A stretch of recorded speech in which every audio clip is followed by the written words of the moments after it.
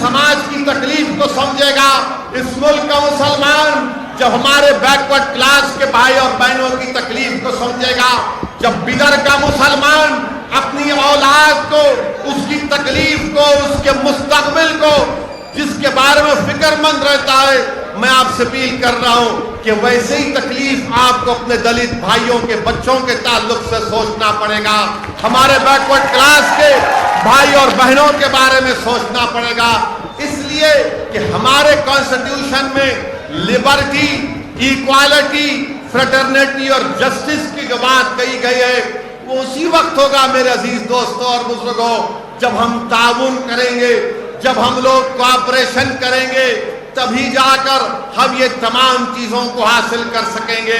یاد رکھو نوجوانوں، یاد رکھو نوجوانوں، اگر ہم علیحدگی کی دیواریں اٹھاتے رہیں گے دلت سماج کے خلاف، اگر ہم علیحدگی کی دیواریں، نفرتوں کی دیواروں کو بلند کرتے رہیں گے ہمارے بیکورڈ کلاس کے بھائی اور بہنوں کے خلاف، تو کبھی بھی انصاف نہ مسلمان کا ہوگا، نہ دلت کا ہوگا، نہ بیکورڈ کلاس کا ہوگا۔ آج حالات اور وقت کا تقاضا یہ ہے کہ تینوں سماج کو مل کر بابا صاحب امبیڈکر کا جو خواب ہے کہ تم کو لبرٹی، ایکوالٹی، فریٹرنیٹی اور جسٹس کو حاصل کرنا ہے، میں بیدر کے دلت سماج کے ذمہ داروں کی موجودگی میں کہہ رہا ہوں کہ بھارت کی پارلیمنٹ میں دلت بھائیوں اور بہنوں کے لیے پارلیمنٹ کی سیٹوں کی ریزرویشن ہے، 100 سے زیادہ سیٹ ریزرو ہے، مگر بابا صاحب امبیڈکر نے ان لوگوں کے بارے میں کیا کہا تھا؟ کسی ایک پریس کے نمائندے نے بابا صاحب امبیڈکر سے پوچھا تھا کہ آپ کے سماج کے لوگوں کو پارلیمنٹ کی سیٹوں میں ریزرویشن ہے، تو بابا صاحب امبیڈکر نے جواب دیا کہ ہاں یہ بات بالکل صحیح ہے کہ 100 سے زائد بھارت کی پارلیمنٹ میں دلت لوگ جیت کر آ جاتے ہیں، مگر ان کی زبانیں کبھی نہیں کھلتی۔ بابا صاحب نے ایک تاریخی جملہ کہا تھا، میں ہمارے بیدر کے دلت بھائیوں کو سنانا چاہتا ہوں۔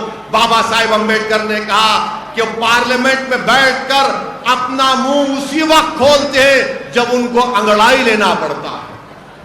یہ امبیڈکر نے کہا تھا کہ وہ دلت ایم پی اپنا منہ اس وقت کھولتے ہیں جب ان کو اپنی انگڑائی لینا پڑتا ہے، اور میں نے اپنے آنکھوں سے دیکھا کہ بھارت کے پارلیمنٹ میں اکنامک گراؤنڈ کے اوپر ریزرویشن دے دیا گیا، اور کوئی دلت ایم پی ہمت نہیں تھی کہ کھڑا ہو کر بول سکے ارے یہ تو بابا صاحب کے سمویدھان کے خلاف ہے، اکنامک گراؤنڈ پر ریزرویشن دے دیا گیا۔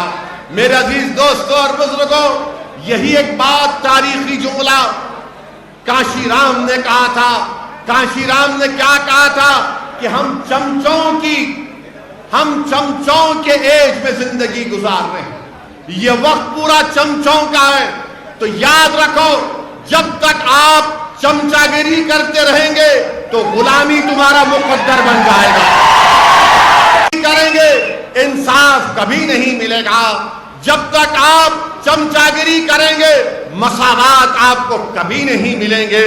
جب تک آپ چمچا گیری کریں گے تو آپ کا ایکسپلائٹیشن ہوگا۔ جس دن آپ اپنی صفوں سے چمچوں کو دور کریں گے اور شیر بنیں گے تو تمام دنیا تمہارے پاس ہوے گی۔ میں آپ کو بتانے آیا ہوں کہ اب یہ چمچوں کی ضرورت نہیں ہے جو ہمارے مستقبل کا سودا ایک بروکروں کی طرح، ایک ایجنٹ کی طرح 70 سال سے کرتے آئے ہیں۔ آج میں بیدر کے نوجوانوں کے درمیان میں کھڑے ہو کر کہہ رہا ہوں کہ بیدر کے مسلمان، بیدر کے دلت بھائی، بیدر کے بیکورڈ کلاس کے لوگ، بھارت کے سمویدھان آپ کو اجازت دیتا ہے، آخر کب تک آپ صرف ووٹ ڈالنے کی مشین بنیں گے؟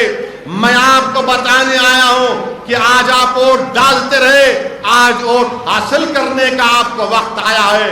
اگر آپ بابا صاحب امبیڈکر کا اس خواب کو پورا کرنا چاہتے ہیں تو صرف ووٹ ڈالنے والے مت بنو، بلکہ ووٹ کو حاصل کرنے والے بنو۔ ہمارے بابا صاحب کے سمویدھان میں لفظ سیکولرزم بھی آیا۔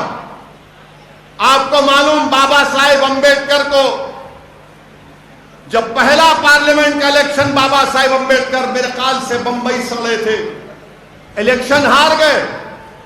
کیوں ہارے معلوم آپ کو؟ کیا کوئی جانتا اس مجمع میں کہ بابا صاحب امبیڈکر الیکشن کیوں ہارے؟ کیوں ہارے؟ نہیں، دونوں دلت تھے. بابا صاحب امبیڈکر کے خلاف ایک چھوٹا کانگریس کا لیڈر تھا. امبیڈکر کو شکست کیوں ہوئی؟ امبیڈکر کو شکست اس لیے ہوئی کیونکہ امبیڈکر نے کہا تھا کہ مسلمانوں کے علیحدہ ووٹر لسٹ بننی چاہیے.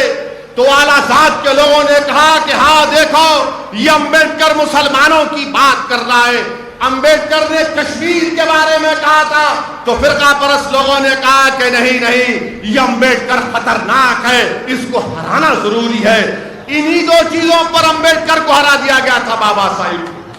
تو فرقہ پرستی اسد الدین اویسی کی وجہ سے نہیں ہے. لوگ آ کر بولتے ہیں،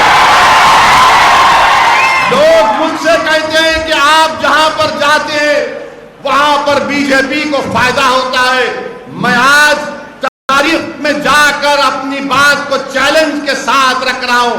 بتاؤ کیا میں نے جو بیان کیا وہ سچ نہیں ہے کہ امبیڈکر کو ہار اس لیے ہوئی تھی کیونکہ کانگریس نے کہا یہ بابا صاحب تو مسلمانوں کی ووٹر لسٹ کی بات کر رہا ہے، یہ کشمیر کی بات کر رہا ہے، اس کو ہرا دو. ماحول ایسا بنایا گیا کہ بابا صاحب امبیڈکر الیکشن ہار گئے. تو فرقہ پرستی 1952 سے ہے. یاد رکھو یہ جو لوگ آ کر آج میرا جلسہ ہو گیا، میں تو کوئی سیاسی بات نہیں کروں گا. ابھی انشاءاللہ تعالی آنے والے دنوں میں یہاں پر بلدیہ کا الیکشن ہوگا تو اس وقت اینڈ 3 ٹائم پولیٹیکل سپیچ دوں گا انشاءاللہ. اب کیونکہ ہم کو سمویدھان کے اوپر، کانسٹیٹیوشن کے اوپر بولنا ہے، اسی پر بولنا چاہوں گا.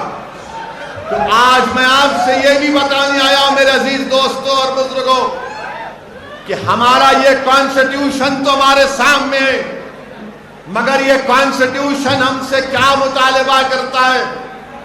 کیا بھارت کا سمویدھان ہندوؤں کا سمویدھان ہے؟ کیا بھارت کا سمویدھان مسلمانوں کا سمویدھان ہے؟